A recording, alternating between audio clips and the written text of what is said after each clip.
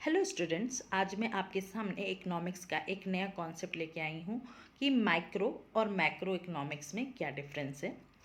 तो सबसे पहले हमें ये जानना ज़रूरी है कि हम इस डिफरेंस को क्यों समझें, क्योंकि इकोनॉमिक्स में आप एक पूरा पेपर माइक्रो इकोनॉमिक्स का पढ़ते हैं और दूसरा पेपर मैक्रो इकोनॉमिक्स का। तो आपको इसके बीच में क्या अंतर है ये जानना ज़रूरी है, और किसी भी सब्जेक्ट के बाद अंदर आपको क्या पढ़ना है इसके लिए उसका मतलब समझना ज़रूरी है।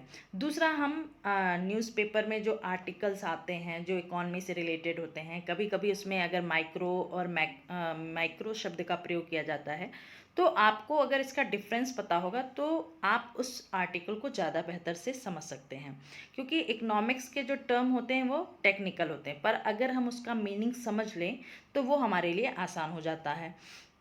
तो आज हम समझेंगे कि जो ये माइक्रो वर्ड है वो कहाँ से डिराइव्ड हुआ है। तो ये ग्रीक वर्ड माइक्रोस से बना है, और माइक्रोस का मतलब क्या होता है? स्मॉल। माइक्रो को हिंदी में हम व्यष्टि अर्थशास्त्र या सूक्ष्म अर्थशास्त्र भी कह सकते हैं। दूसरा मैक्रो वर्ड, ये ग्रीक वर्ड मैक्रोस से बना है, और मैक्रोस का मतलब होता है लार्ज या बड़ा। नाम से स्पष्ट है कि माइक्रो के अंतर्गत हम किसी भी विषय का संक्षिप्त अध्ययन करेंगे, और मैक्रो के अंतर्गत हम किसी भी विषय का बड़े व्यापक स्तर पर अध्ययन करेंगे। ठीक है।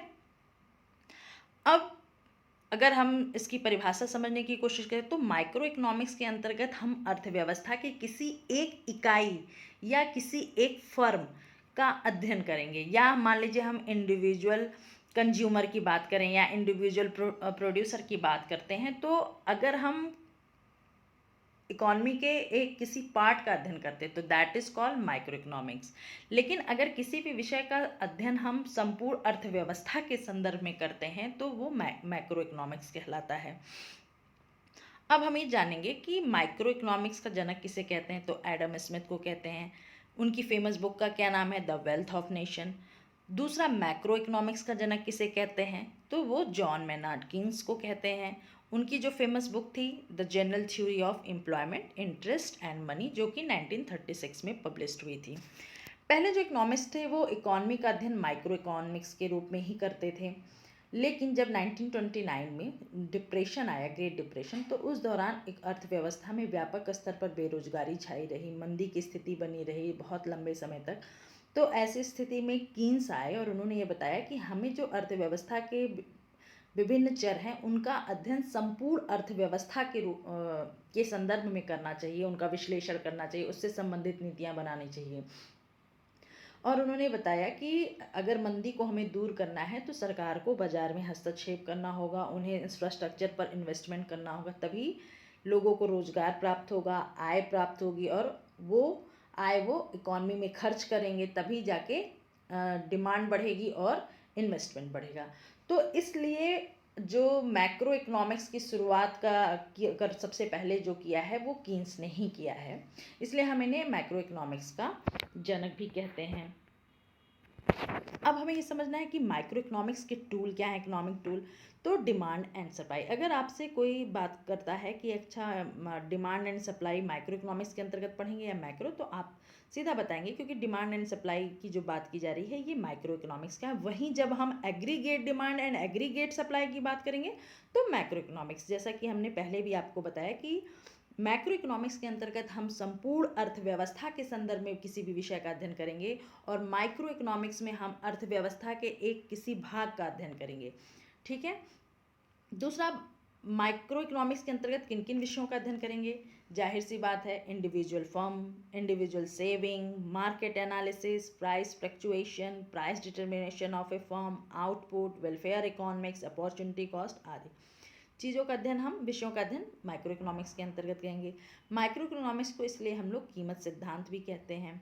वहीं दूसरी ओर अगर आपसे पूछा जाए कि मैक्रो इकोनॉमिक्स में हम किन विषयों का अध्ययन करेंगे, तो इन्फ्लेशन की बात करेंगे, यानी मुद्रास्फीति, जीडीपी, राष्ट्रीय बचत, राष्ट्रीय निवेश, बेरोजगारी, रोजगार, समग्र उपभोग।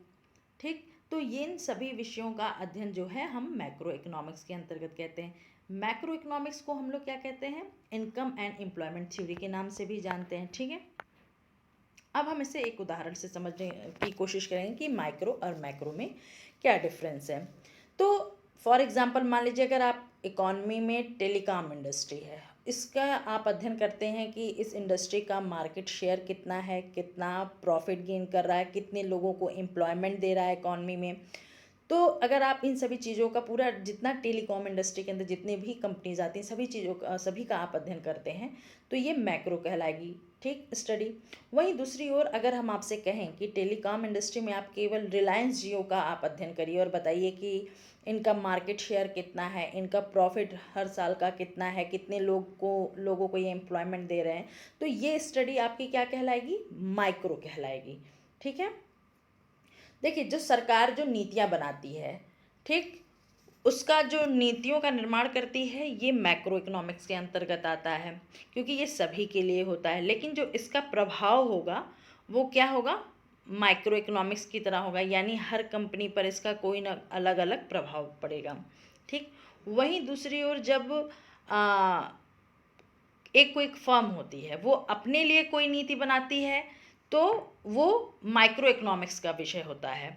लेकिन उस कंपनी की जो पॉलिसी होती है उसका इफ़ेक्ट क्या होता है, सभी कंपनियों पर पड़ता है उस इंडस्ट्री के रिलेटेड।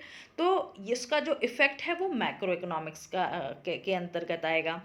क्योंकि जैसे फॉर एग्जांपल जियो कंपनी ने अपना शुरुआत में क्या किया, प्राइस कम कर दिया। इसकी वजह से बाकी कंपनियों को भी क्या करना पड़ा, अपना प्राइस कम करना पड़ा। ठीक है। तो कंपनी ने, रिलायंस जियो ने अपनी पॉलिसी अपने लिए बनाई थी, तो वो माइक्रो इकोनॉमिक्स के अंतर्गत आए, पर उसका इफेक्ट उससे रिलेटेड जो टेलीकॉम इंडस्ट्री में अदर कंपनीज थी उन सभी के ऊपर पड़ा, तो उसका इफेक्ट क्या रहा, मैक्रो इकोनॉमिक्स के अंतर्गत आएगा। ठीक है। तो ये माइक्रो और मैक्रो के बीच में डिफरेंस है। या फॉर एग्जांपल हम ऐसे समझने की कोशिश करेंगे कि अगर आप महाविद्यालय में जाते हैं और आपसे पूछा जाए कि इकोनॉमिक्स विषय में कितने स्टूडेंट हैं और आप उनके बारे में, उनका क्या एकेडमिक परफॉर्मेंस कैसा, आप इसके बारे में अध्ययन करके बताइए, तो ये स्टडी आपकी क्या कहलाएगी, माइक्रो इकोनॉमिक्स। लेकिन आपसे ये कहा जाए कि इस महाविद्यालय में जितने भी विषय पढ़ाए जाते हैं सभी स्टूडेंट्स का एकेडमिक परफॉर्मेंस कैसा है, आप इसको अध्ययन करके बताइए, तो ये स्टडी क्या कहलाएगी, मैक्रो इकोनॉमिक्स के कहलाएगी। ठीक है। यानी जब किसी भी चीज़ का अध्ययन हम व्यापक स्तर पर करते हैं, बड़े स्तर पर करते हैं, तो वो मैक्रो इकोनॉमिक्स का विषय बन जाता है या मैक्रो स्टडी कहलाती है। लेकिन अगर हम उसी बड़े भाग का केवल एक छोटे भाग, उस बड़े विषय का या अर्थव्यवस्था के संदर्भ में किसी भी विषय का अगर हम उसके एक छोटे भाग का अध्ययन कर रहे हैं, या इंडिविजुअल फर्म की बात कर रहे हैं, या किसी एक कंपनी का अध्ययन कर रहे हैं, या मार्केट का क्या कंपटीशन कैसा चल रहा है, इन सब विषयों का अगर अध्ययन कर रहे हैं, तो ये माइक्रो इकोनॉमिक्स के अंतर्गत आता है। अब ये जो माइक्रो और मैक्रो टर्म है, ये किसके द्वारा दिया गया है, रैगनर फ्रिश के द्वारा। ठीक है। तो अगर आपको कोई डाउट हो तो आप अपने कमेंट को अपने डाउट को कमेंट बॉक्स में लिख सकते हैं। कोई सजेशन हो तो वो भी आप लिख सकते हैं। और thanks for watching. If you like, share and subscribe.